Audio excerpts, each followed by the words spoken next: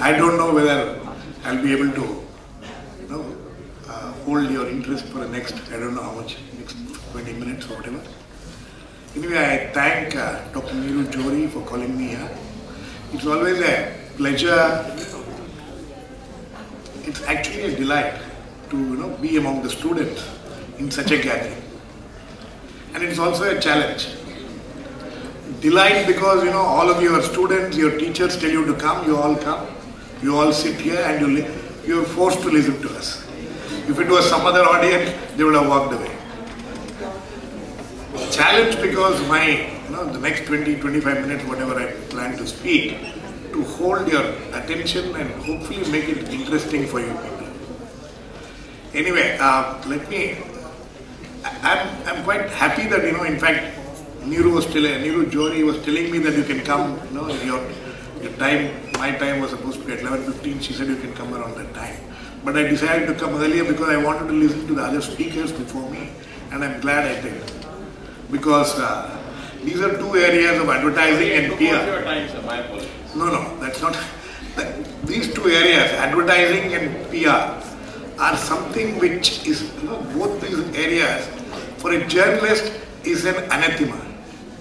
We are always, as journalists, as old-time journalists, I've been around in this trade for 32 years now. So, the advertising people and the PR people were our biggest bugbears, continue to be. The PR people make our lives miserable because any journalist you can ask, he dreads a call from a PR agency because they really make our lives miserable. They keep on telling us, they keep on trying to sell the story to us, and our job as a journalist is to go on resisting it. So it is a good, one has to be an extremely good PR person to sell their ideas and stories to journalists. A good journalist is one, according to me, who can resist PR persons as far as possible. And I have done it all my life.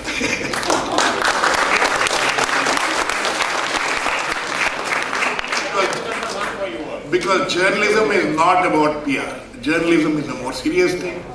Journalism is all about news, views, opinions, which are supposed to be independent, which are supposed to be unbiased, which are supposed to be objective. It is these PR persons who will come and spoil our show. They try to make it biased, they try to make it unobjective, So it is it's always a challenge for a journalist to resist this PR person, and vice versa, for a PR person it's a challenge to how to convince a journalist to get their stories through. Anyway, we have to talk. I'm supposed to talk about the trends in this industry. Trends. I started 32 years ago in journalism when there was nothing in journalism. What you see today in terms of technology, in terms of the kind of facilities available, the kind of travel facilities, all kinds of things. We started in the early 80s. There was no mobile telephones. There was not even landline telephones in everybody's house.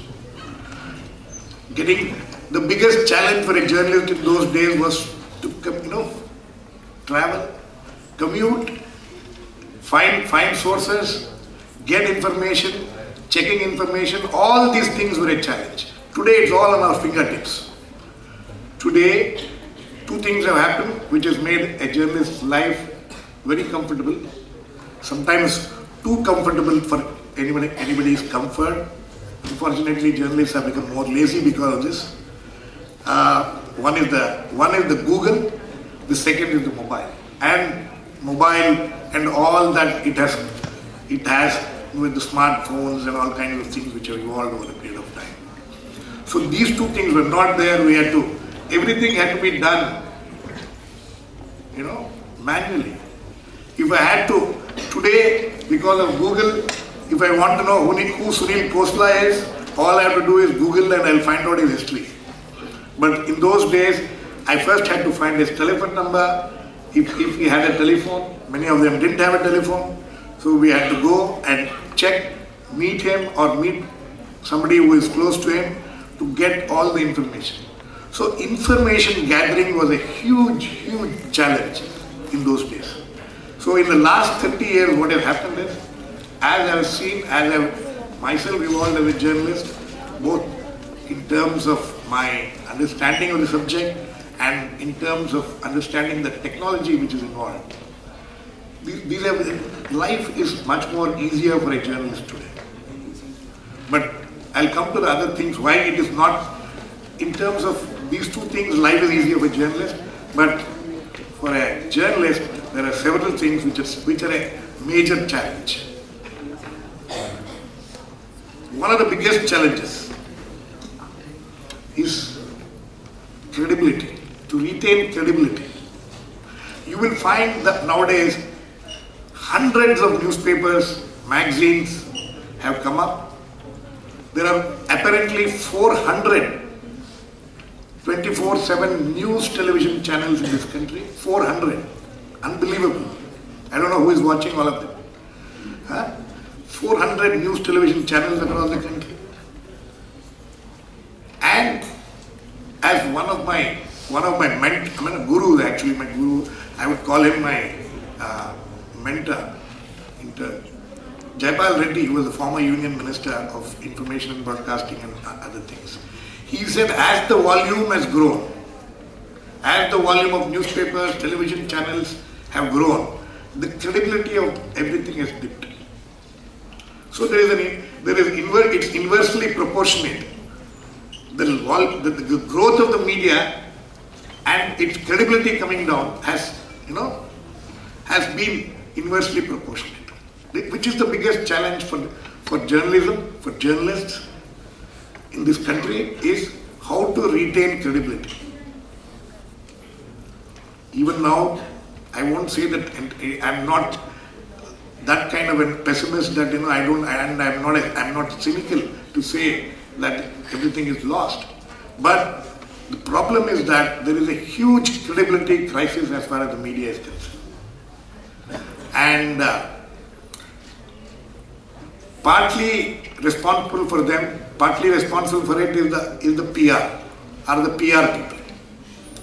They have managed to inveigle themselves into the media so much that the credibility of the journalist is at stake. He was talking, Khosla is supposed to be one of the pioneers of political PR. And political PR is the most, according to me, he may not agree, but according to me, it is one of the most dangerous things which is happening in this country. We have seen it in this election. 2014 elections, as he rightly pointed out, was the biggest PR exercise, political PR exercise which has happened in this country ever. It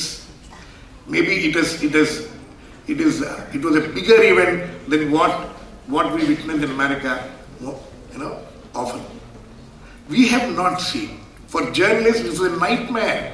These elections were a nightmare because of the kind of PR which was pumped in from all sides. And mind you, media organizations, very, very few media organizations, whether it's print or television or digital media or whatever, have been able to resist this onslaught of the media, of the PR on political communication. So what did we see? All of you have been witness to it. All of you have been the in quotes victims of this, in terms of the kind of assault which we all experienced during these campaigns. So the problem was deciphering what was propaganda and what was news became a very big problem. If you are reading a newspaper, if you are watching television, if you are going through the internet space, there was a huge confusion in the minds of people. What is news? What is actual, real news? Because it was so well packaged. I have to compliment people like Khosla who are involved in it. It was so well packaged that it became difficult for people to know whether it's a party propaganda or it is the journalist saying what it is. Paid news. They are the purveyors of paid news. They are the ones who created paid news. PR, people are the ones who, we didn't know what paid news was. There were always black sheep in journalism. There were times, I remember 25 years ago when I used to be a reporter, an ordinary reporter in a newspaper in Indian Express in Bangalore. I remember we had to attend all these press conferences of various, business organizations, all kinds of press conferences we had to attend. I remember first we were all given in the press conference in the early 80s how they tried to corrupt journalists, corrupt in quotes again, was by giving us a pen, not a very fancy pen, a pen, something like this in the press conference. We would be given a notebook and a pen to start. It started off like that. And then some of us were so idealistic in those days. Many of us were idealistic in those days. So that we would pick up a racket. What do you mean you're giving me a pen and a notebook as if I can't afford a pen and a notebook? What the hell do you people think of yourself? We would fight with them, we would abuse them, and sometimes walk away from those press conferences. And we would feel great, we have stood up to a certain ideal. Then dire we got corrupted, we started accepting pens and notebooks. Then they evolved.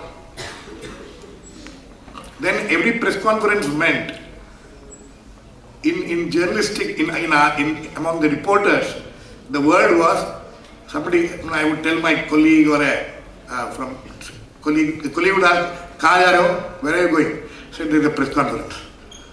Gifted press conference hai kya? It was known as gifted press conferences. There were all kinds of press conferences, political press conferences, some organizations, NGOs, all kinds of people hold press conferences every day. And there were these press conferences which were held by the business class, the companies and all kinds of people. So these were known as gifted press conferences. What was the gift? It started off with not very fancy things. Again, they knew how to corrupt journalists, incrementally. Incremental corruption took place. So then before we realized from pens and notebooks, fancy pens used to be given. In those days, Parker pens or one of those pens in a fancy box and things like that, which most of the people would take it and keep it very quickly inside their pocket so that nobody realizes that they have taken it. Some people like us used to resist. So, and then started clocks. They would give clocks. There's a joke. It's not actually a joke, it's a fact. There's a colleague of mine in Indian Express in Bangalore, regretfully is no more, who used to be sent to these kind of press conferences regularly, more often than most of us. Inevitably, most of these press conferences would be held in 5-star hotels. 5-star hotels, going to 5-star hotels, evening, 7 o'clock press conference, some bullshit is said for first 15 minutes by somebody whom we don't know, we don't care about. And then the whole thing was, you would have booze flowing freely, scotch, all kinds of things flowing freely. And then dinner, good food, 5-star food. And then at the end of it, when we are walking out, these people would be standing there, so just a token of appreciation. So a token of appreciation would be a box. So we would, and you end up, it was a clock. It would be a clock, all sizes and shapes. And there was this friend of mine, my colleague, who ended up with so many clocks that he didn't know where to put them. You know, he had clocks all over in his house, including toilet, bathroom, kitchen, everywhere. He had no place to keep anymore. So he would offer to all of us other colleagues in the office, "Yaar, I got one more clock, please take it." You know. Then finally he became very popular in the office because he started giving it to attenders and peons and all kinds of, and security fellows and all. They all got clocks. Then clocks, all the journalists got fed up with clocks. You know, they started telling these people, "Arey yaar, clocks band karo, kuch aur dena, ye kya hai nonsense, kitne clocks rakhe ho?" So then it went on, from clocks it went to, then finally there was a time came when the journalists who had got the taste of these gifted press conferences realized that, you know, there were too many, then pant lengths, suit lengths, you know, sarees for women, all kinds of things were given. Then everything, there was exhaustion among the journalists. They said, "We have had enough of all these things." So these people came out with a brilliant plan. What did they come out with? Cash coupons. Cash coupons. We didn't know what it was. One day I went to open in a nice envelope. You open and there was a cash coupon of a particular departmental store or whatever, or some cloth shop or whatever. And for 500 rupees, 1,000 rupees. 500 rupees was big in those days. In early 80s, 500 rupees was a lot of money. So 500 rupees, so you could go to that shop and purchase whatever is there in the shop for 500 rupees. So journalists thought, not a bad idea. You know, we have choice now. It's not that we will take whatever they give. We will go and take what we want. So there was choice. Everybody was happy. This went on from 500, it became 1,000, 2,000. It all depended on the kind of company which was organizing these things. And then from there, again there was a time when journalists felt that, yaar, ye kitna le le? Ek do teen dukaan the Bangalore mein. And you go and keep on buying, and again you got exhausted with that. So finally, some smart journalists evolved a new scheme. They said they took the cash coupons from them, went to those shops and told them, "Dekho bhai, I don't want anything from your shop. I'm exhausted. Everything is there which I have in my house. Huh? So you do one thing, you take this coupon and give me cash." 500 rupees coupon de diya wapas, the dukaan fellow will give you back 400 rupees. ठीक है, हमें क्या है? उसको भी 100 रुपए का profit हुआ, हाँ? हमें भी 400 रुपए कैश मिल गया, और क्या चाहिए? So this is how things have got evolved, and now it has reached an unbelievable levels. If all of you have heard the Neera Radia tapes, you know, Neera Radia, the greatest PR person we have had in this country. I'm sure, I don't know how Sunil Khosla, you know, would stand up to her if these tapes had not come out. Standing ovation to her. See, if the tapes had not come out, if we did not know about from those tapes what had been happening, she would have been the queen of PR in this country by now. The tapes came out, and then now I'm told she's in pretty bad shape in terms of her health. I hope she recovers. But I was one of the persons who came out with all the tapes, and that's a different matter.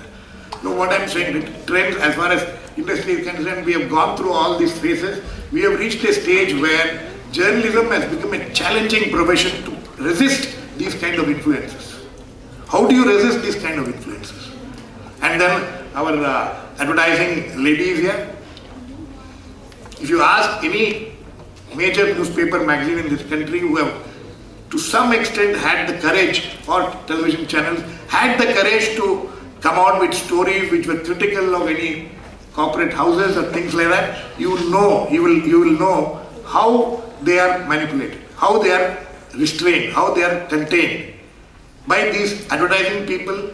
Tell them, "Bhai, you can't write these stories about our client. I'm sorry, if you continue to do it, the ads will have to be withdrawn." This has happened to all the major news organizations in this country and all the major television channels in this country. The biggest corporate houses in this country control the media, one, through the advertising huge advertising budgets which they have. The second is through the PR, manipulating the minds of the journalists. And I don't blame the PR people. As I said, it is the journalists who have to restrict themselves or resist. Anyway, this is the stage in which we are in today. That journalism is, and by the way, all of you are, I'm told, are journalism students. You will have 3 options after you finish. One is to go into public relations, if you are convinced of what Sunil Khosla says. Second is to go to what our Gangotri Dev says, advertising. Advertising is some of the copywriting and things are quite a creative exercise. I'm sure Sunil Khosla's job is also quite creative. But you have these 2 options, and you have a third option to go into journalism. And let me remind you, let me make it very clear to all of you who wants to get into journalism, you will not get more money than what you will get if you go into those 2 trades. You will get more money there. You will progress faster if you are a little smart. Journalism is a marathon. It's not a 100-meter dash. Journalism is a marathon race. It has taken me 30 years. Still, I feel I have to do a lot of things. I still don't know a lot of things. And still, every day I learn how to cope with these kind of pressures. So, these 3 choices you have, but journalism, but you will, one thing you will, if you are a journalist, one great satisfaction you will have. That you can stand up to anybody and say, and ask questions, which these PR people or advertising people will never have the opportunity. I can go and ask a question to anybody. From an attender to the Prime Minister, everybody is, whoever is in position of authority, they may not answer a question, that's fine, but you have the power to ask questions, power to change, power to make things different, power to work for the ordinary people, be the voice of the voiceless, which you will never be. PR and advertising is all about working for people who have voice, who have money, who have power, who have authority. Journalism is a job where you will be doing what they don't do. We are looking at the people who don't have a voice, who don't have authority. This is ideal journalism. It's not that it's being practiced every day by everybody.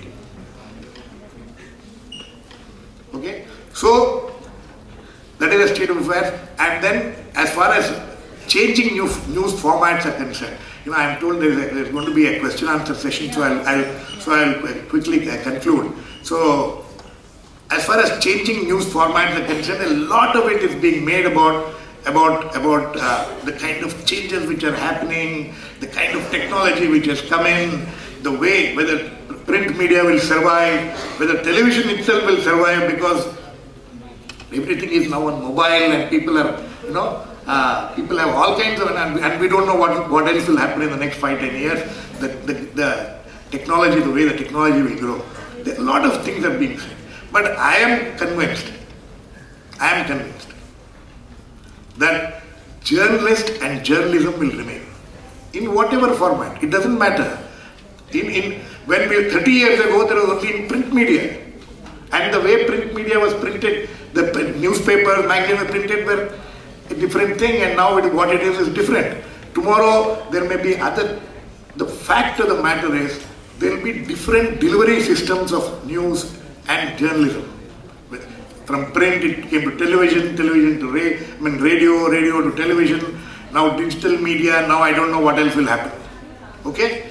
But everywhere, whichever the platform, it doesn't matter what the platform is. The platform, whichever the platform, you need to have a journalist writing what you read, what anybody reads. So, I have no doubt in my mind that journalism and journalists will be relevant. Good journalism and good journalists will continue to be relevant.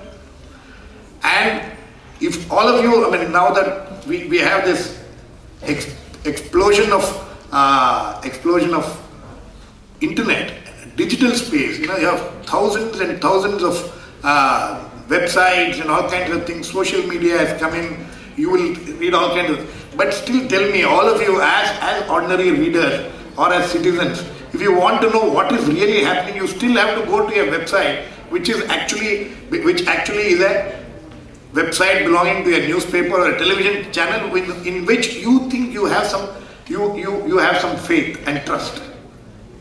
All kinds of people write everything on social media. I am very, very active on social media.